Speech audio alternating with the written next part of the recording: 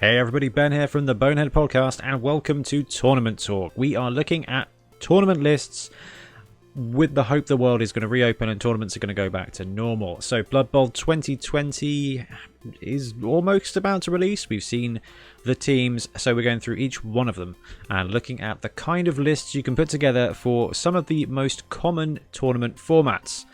As we move forward, we will remember that every Blood Bowl tournament in the world was different. So we're looking at 1100, so that's 1.1 million, and 1200 TV lists, 1.2 million. And the reason we're doing that is because they used to be some of the most common sizes. It also means that you can look at them and tweak them up or down depending on your tournament. Each tournament is different. The skills are different, so your skill packages will be different. So what we're going to do is we're just going to touch on some key skills so you can kind of prioritize. So if you end up in a tournament scenario where you've only got 4 skills, you kind of know which 4 you want to take. We are looking at Imperial Nobility this time, so it's going to be really cool to see how these guys land when tournaments arrive in Blood Bowl Season 2. So let's move on to the lists.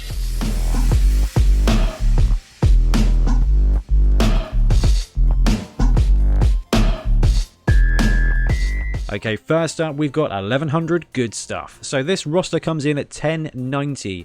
You get an ogre, you get 2 blitzers, you get 4 bodyguards, you get 2 throwers and 2 linemen. So what's that? That's 1, 2, 3, 4, 5, 6, 7, 8, 9, 10, 11 players. So a little light on the players, but each one of these guys is armor 9+, with the ogre coming in at armor 10+. So that's not true. The linemen themselves, I think, are armor 8+, so you've got to watch out for those 2 guys. They are quite bad. So the team here has bad linemen. They're agility 4+, they've got fend, which is quite interesting, but they are armor 8+, so they are a little bit rubbish, but not the worst. The key with this team is that with those guys having ag 4+, you want as many positionals as possible, because these guys all have your ag 3+. The passer, the thrower, doesn't come with sure hands, so not as good as humans. It's a really interesting build. The blitzers have got block and catch. The bodyguards have got wrestle and stand firm. So it's a weird one. The blitzers don't have general access to strength, but the bodyguards do. So we'll look at the skills in a second. This roster here, the downside is 2 rerolls. So you do have to use one of your normal skills on a thrower to get that leader reroll number 3. There are a lot of teams out there that can get by with 2 rerolls. I don't think this is one of them. Depending on how many skills you get, you are still going to be punching above it with what you want to achieve. So you've got no sure hands here, and you've only got 2 guys that actually start with block. It's a tier 2 team, so realistically you can expect 4 to 6 skills probably. So you can make your team a lot better, but at the start it's not going to be so good. So I think 3 rerolls is probably quite important. Skills wise, so ogres are fantastic. If you can, spend block. Block with strength 5 and mighty blow is tasty. If you don't have a double to spend, guard or brawler, depending on how offensive you want this guy to be. The blitzers are a weird player. They're movement 7, ag 3+. They come with block and catch. So if you want to pass, those guys are kind of the ones you want to go to. Very useful for receiving handoffs. That's more likely the better way to play. Giving them dodge because they have general and agility for single skills. So these guys can become blodge. That is pretty lovely. Blodging blitzers are fantastic. So human blitzers are brilliant. They have to spend double to get agility. These guys only have to spend singles. So dodging these blitzers will be fantastic. They've got movement 7, so if you want to give them tackle, they would make reasonable safeties. And mighty blow will cost you a double because they don't have a strength access on a normal. But this team does suffer with a complete lack of combat power, as you're about to find out. So the ogre here in this list means you do have one mighty blow guy, but you can spend a double on your blitzers if you want to try and shoot for a bit of extra removal. The bodyguards are really interesting players. So they're movement 6, strength 3, agility 3, armor 9+. They're not bad at all. They come with wrestle and stand firm. So they are kind of really good at being on the side of a cage. What they really are very good at is stopping your opponent's advance, whether it's by wrestling them to the ground or by literally refusing to give ground. They will form a solid pillar wherever you put them. So the skills you want to kind of give them are exacerbated by that positioning. So guard is brilliant for positioning players. This is a positioning player. So guard on the bodyguards, although it feels a bit wrong to give guard to a wrestle player, realistically it is defensive. Yes, they're going to pop the guy down, but all he has to do is stand up for that guard to be turned back on. Did contemplate looking at using a double to get guard, to get jump up, but I just think that's a little bit wasteful. Alternatively, you could put tackle on these guys. Again, stand firm, wrestle. Tackle makes them very good for being some kind of safety. The other one is because they get strength access, they could take Mighty Blow, but I don't think you're going to be striking with these guys because of their skill set. Wrestle and Mighty Blow do not work well together. Guard is a bit of a stretch, but of this team, you need some juice. And I think guard is, on the bodyguards, is probably the best way to do it. The throwers are also quite interesting. They're movement 6, agility 3+, so again some more ball handlers. No integral skills for picking up the ball, so no sure hands. They do have pass and running pass, which is going to be quite interesting. Honestly, I think giving them block is probably the best way here. Ag 3+, block. They can therefore position. They've got reasonable armor at 9+, and they've got strength 3, so they become kind of second-rate blitzers at that point. I think that's probably the best way to run them. You are going to need leader on one of them to get that third reroll just to really enable your team. The linemen are... they're chaff. They're better than some. 45k, movement 6, agility 4+, strength 3 is fine, armor 8+ is a bit weak. They come with fend. So with your 4 bodyguards, with stand firm and wrestle, and your linemen having fend, you really can play a solid control game here. That's why I think guard on the ogre and the bodyguards is just going to help grind your opponent to a halt. We could see the evolution of a really cool control team here that's just kind of like a more mobile dwarf team, depending on how you place those skills. If you got a spare couple of skills though, dirty player on a cheap lineman never goes amiss. This roster where there's only 11 might be, fouling is risky. Kick will also be good, especially like we said with so much stand firm and fend. You might be able to kick it close and just envelop that ball and get a turnover that way round. This roster has a lot of combat power. Strength 5, 2 block, 4 wrestle. It can do some stuff. It is not going to be amazing. It is definitely tier 2. But for 1100 you get basically everything this team has to offer. The kind of only alternate there is with the block leader on thrower. You can go for accurate instead. And what it'll do is it'll give you pass, running pass with short passes on a 2+, up to 3 squares. Now, when I play Skaven, a quick pass on a 2+ is very, very, very useful with pass. It just gets you that extra move and also frees up your handoff action.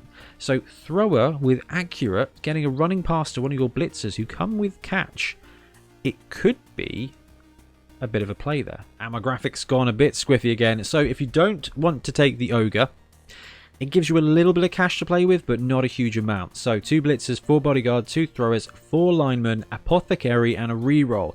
There's not a huge flexibility here. What this does do is it gets you an extra player and gets that apo to keep one of your positionals alive. It's an option for you. I just prefer the other role. I just prefer it. Yes, there's only 11 players, but one of them is an ogre. This way, it's just a bunch of humans. And your linemen have the same agility as an ogre. And if I'm going to pick up the ball with a 4+, I'd rather do it with a strength 5 mighty blow piece than I would with a lineman. But let's say you're going for a bigger tournament on the way to 1200, maybe 1250. You can take basically the same list again. 1 ogre, 2 blitzers, 4 bodyguards, 2 throwers, 3 linemen, 2 rerolls, the apothecary. You just get a bit of everything. Those rerolls costing you 70k really does limit your flexibility. Basically, you don't end up with enough for a reroll. So if you look at that, you got 15k left over. 15k plus 50k is 65k, which is 5k short of a reroll. What you can do is sack off one of your throwers, just have the one, take a lineman instead, and you can buy that third reroll. It's up to you. I would rather have I'd rather have an extra player with 3+ agility and better armor and have leader on him. It just makes me feel like my team would be more flexible. And it's star player time. So we've got Noble Zug here. Now Zug is a great star player to start with. And the reason for that is he's 220k. So you can sub Zug out for Carla at 210, the White Dwarf at 210, Grim Ironjaw at 200. You get a lot of flexibility here. So Zug gives you strength 5 block Mighty Blow. The White Dwarf gives other players skills while being on a block Dauntless strength 3 player. Carla is strength 4, comes with dodge, agility 3+, so an extra ball handler. And Grim Ironjaw, strength 4 Dauntless, multiple block, is just a wicked player. So this roster here, you've got some flexibility, but generally speaking it's all going to be about the same.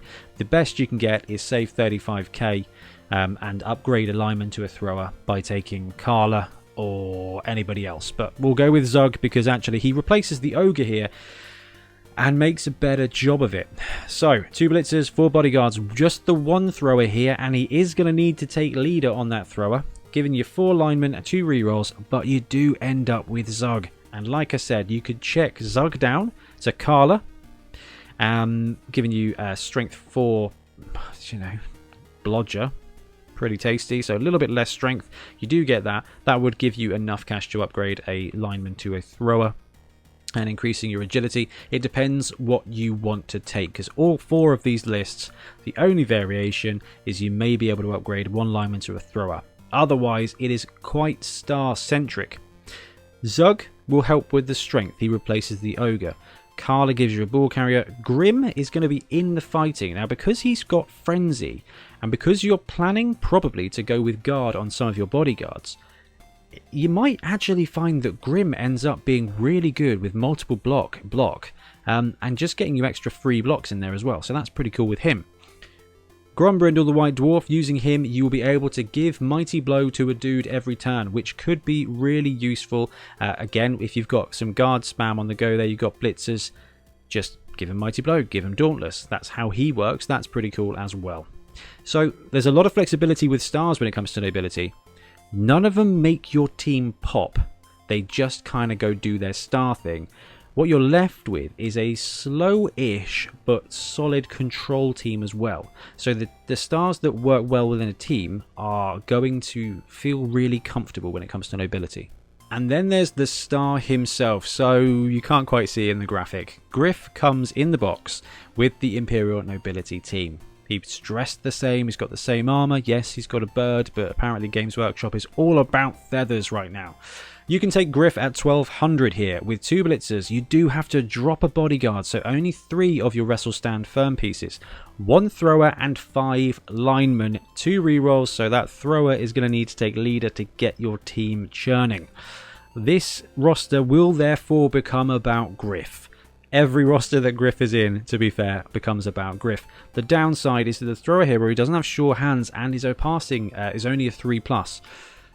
Without some kind of boost, and you don't really want to put accurate on him because you're probably going to go with leader, and most tournaments don't allow stacking, you're not going to have a stretch game that's going to enable Griff as much as, say, I can't believe I'm going to say this, as much as technically dwarves when it comes to using Griff, or undoubtedly humans. Okay, standard human team with Griff, chef's kiss. But quite frankly, you're going to win games because of Griff regardless. Having 2 movement 7 block catch blitzers is not going to be bad. Those bodyguards are going to be sweet. They're going to end up with guard as well. So it's going to be an absolutely fine team, and Griff is just going to make it better. Why yes, you can include Grack and Crumbleberry in this roster. I know it's coming in every team, and the reason he's coming in every team is because it's a big guy with a stunty, with sure hands and throw teammate. Well, kick teammate, which is even better because you can still throw the ball.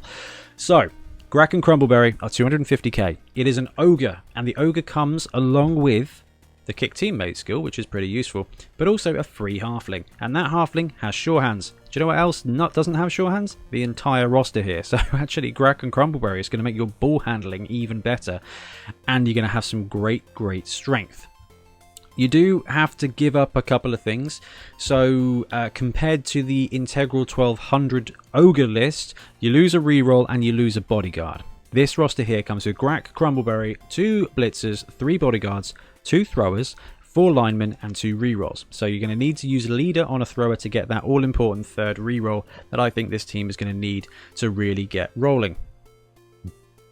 On the plus side, what this does do is it takes you from 6, 7, 8, 9, 10, 11 to 13 players One of them is an ogre, and one of them has sure hands, and he does give you that stunty dodge angle as well. And you have the kick teammate option too. The cool thing about this build is you get 2 stars that individually are going to boost the team, whether it's the halflings just being able to run around stunty dodging, or the fact that he's got sure hands, which is going to save you a reroll because he's got exactly the same agility as the rest of your team, in fact better than 4 of your linemen, without burning one of your rerolls.